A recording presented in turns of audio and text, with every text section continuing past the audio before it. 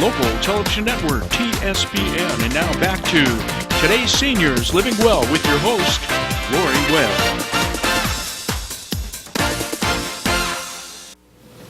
Hi everybody, welcome back to today's Seniors Living Well. And I have my dear friend who I never get to see except when we're on TV together, Ann Platt, here with me. Hi Ann, thanks for coming in this morning. Hi Lori. You know, there's so much going on with healthcare, so many changes, and one of the big pieces of the puzzle for all of my seniors, from the 65-year-olds that are going on to Medicare to the 100-year-olds that wonder what all this drug business is about because they don't take any drugs. And the hospital's really in the center of a lot of that change, but there's some really positive things going on at the hospital. There are, yeah, and you're right, there is a lot of change. And first of all, I want to say I'm so honored to be on your program today. This is the first in your new series of Series topics, 6. so I'm really happy to be here. There is a lot of change going on at the hospital, and I just think that this community and the staff at the hospital are so fortunate to have such a nice facility here in Jackson. So I'm really proud of the hospital. We just went through a series of appreciation events for the staff. For their service, and we had some staff, one person had been here 35 years. Oh, that's amazing. Others 20, 25. You know, it's really impressive that professionals will work here in Jackson and choose to stay here. So we're very proud of that. We also had a Doctor's Day appreciation event to thank our medical staff. There's a Doctor's Day?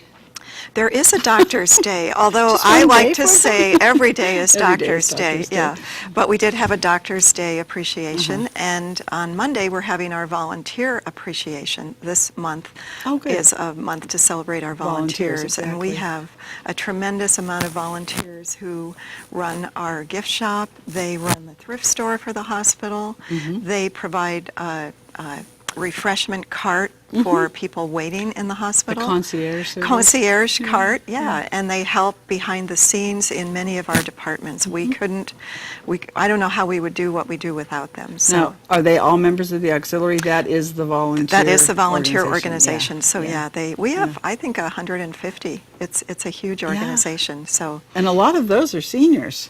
A lot of them are seniors. Yeah. I'd say the majority are seniors, and they're very active seniors, and they're very giving and caring. So again, it's our hospital family, and I feel a lot of appreciation to be able to work with these people in Amador County. So we're trying to appreciate everybody, which we get so busy we don't always take time to do that. And that's so important for the morale, for people to feel appreciated. It is. I remember when I was on the board and we used to do those dinners, and I'm sure you still do, I'm just not involved anymore, for the staff, and the management would be serving, and it was just such a way of saying, we know you're on the front line doing the hard work, and we appreciate you. So we're having something coming up in May for Hospital Week. Oh, good. We're going to have managers serving a barbecue to the employees. Yeah. So we try. Oh, that's good. We try to get around, and we're open 24 hours a day. So to see everybody every day is quite a challenge. Yeah. But the senior team at the hospital and I do make a point to come in. We come in some days at 4 a.m. And we stay till midnight some days so that we can get around and see all the staff. That's wonderful. Yeah. That's wonderful. Being an ex-night nurse, I know how much that's appreciated. So. Oh, I have so much respect for the night nurses. For anyone who works all night, it's not my biorhythm. So. Yeah. So what are the major changes at the hospital that the community, I was mentioning to you before we came on that I was just in the ER with a friend for the first time since it kind of got reopened, and it's pretty impressive. It's a beautiful ER. Not that people think of ERs as being beautiful or really want to go there, but we expanded it. We've more than doubled the size. And we didn't wait at all. She just went right in. Well, you were very fortunate. There are times when there is a wait. There wasn't anybody there. So. The thing about emergency room service is that we never know when people are coming in. And so we might have multiple ambulances show up all at the same time, plus people coming into the waiting room. So, Right. but our physicians are very committed to throughput, and they are now starting Throughput being- throughput of patients, to be able to have patients not wait an excessively long time to see a doctor. So the doctors and the nurse practitioners now are actually trying to see the patients when they first arrive in the triage room. And we're finding that that is very satisfying to our patients, and it helps the physicians begin to order tests that they might need for a diagnosis. Get So- everything kind of in motion. Yeah, so we're very focused on that that's- process right now. That's good. Yeah, she just needed stitches. She went in right away, but then an ambulance with a cardiac event came in. So, of course, she ended up having to stay a little bit longer, and she was a nurse, so she does understand that. Right, thing. right. I noticed that there's a room that says stroke center or something. Right. We are certified by the Joint Commission, which accredits hospitals around the country as a primary stroke center. I read. Yeah, so we obtained that over a year ago, 2 years ago actually, because we're due for a new survey. We meet specific criteria that are required for achieving best practice in stroke care.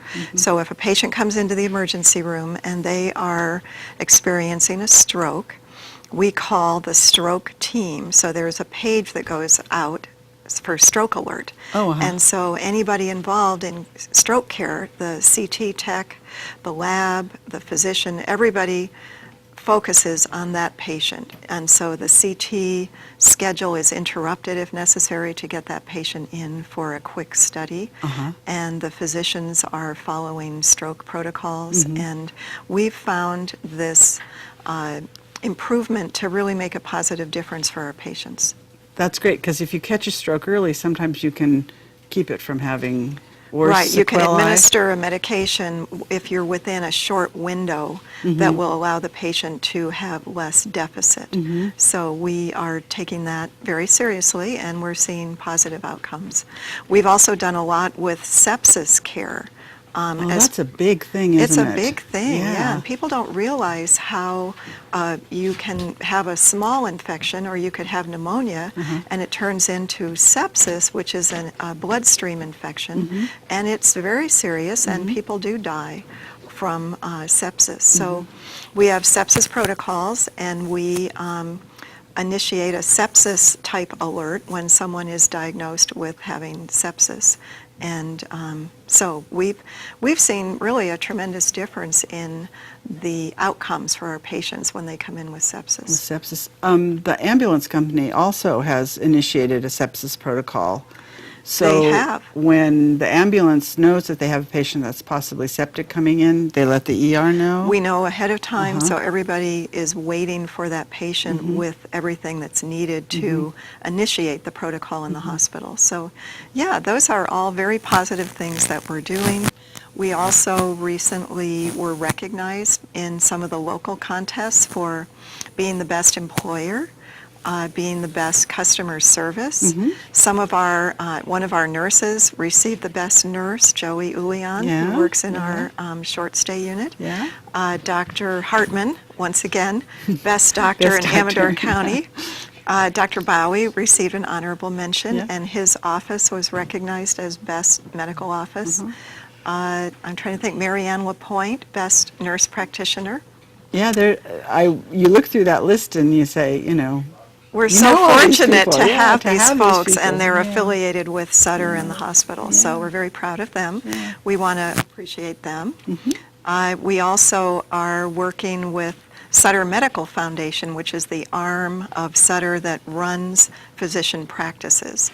And many people have asked me about the internal medicine physicians in Jackson, who Switching over. their office is over on Court Street, and they have decided recently to join Sutter Medical Group, which is a private medical group that Sutter provides support services for. And so that's a big change in the community. A lot of people are asking them, they're asking me, they may be asking you, but it's like, What's with the doctors changing their phone number? I have that memorized. you Right, know. yeah, That's all I yeah. got. Tell me about it. So they're now part of a larger group Mm-hmm. with support for recruitment and billing and regulatory requirements. Right. They also now have an electronic health record, which all the Sutter Medical Foundation offices have. Mm-hmm. So patients will be able to look up their own lab results. They'll be able to Like book. Kaiser. Sort of, yeah. It's called My Health Online. Wow. Yeah. And if you have a Sutter doctor, you can download My Health Online on your phone. You can go online and, as I said, communicate with your doctor, make an appointment, or look at your own lab and x-rays, Oh, that's reports. amazing. Yeah, so Yeah. it's, but in order to do that, they had to create a new infrastructure. Right, So I right. think that's what resulted in the new phone number. Yeah, and people will get used to it, but you It's a know, big change. 223-3837 change, was yeah. emblazoned on many people's. Right, right. And we now have a cardiologist who's associated with the hospital, Dr. Yes, Portia. Dr. Portia. We just started a new pediatrician 2 weeks ago, Dr. Moe, who is just wonderful. She's really delightful, and Oh, she's great. working with Dr. Stone, who was recognized as the best pediatrician in the Pediatrician, mother right, load. right. So Yeah, she's that's excited to join his practice. Well, those are all really positive things because there's so much kind of, anytime you have any kind of change, even if it's just a phone number, people get, you know, Change kind of is shook up. challenging, It's especially hard. as we get older. I think, Yeah. change is, we get so set in our ways. But, speaking of the electronic health record, we are going to be going live in January of 2015 in the hospital with an electronic health record. And Oh, that ought to be fun for the staff. yeah, Oh, that's a God. big effort we're making right now. Well, so, I hate to end on that note, Anne, but we're but having fun. it'll be a good thing in the Yeah. long run. Well, thanks so much, and I hope that everything goes smoothly for you. And thanks for everything that you do. Well, I thank think you we have so a much, great Lori. hospital. Well, thank you very much. All right, y'all stay tuned. We are about to visit with one of those active, wonderful seniors, someone that I think a lot of you will recognize and know. So we'll be back after the break.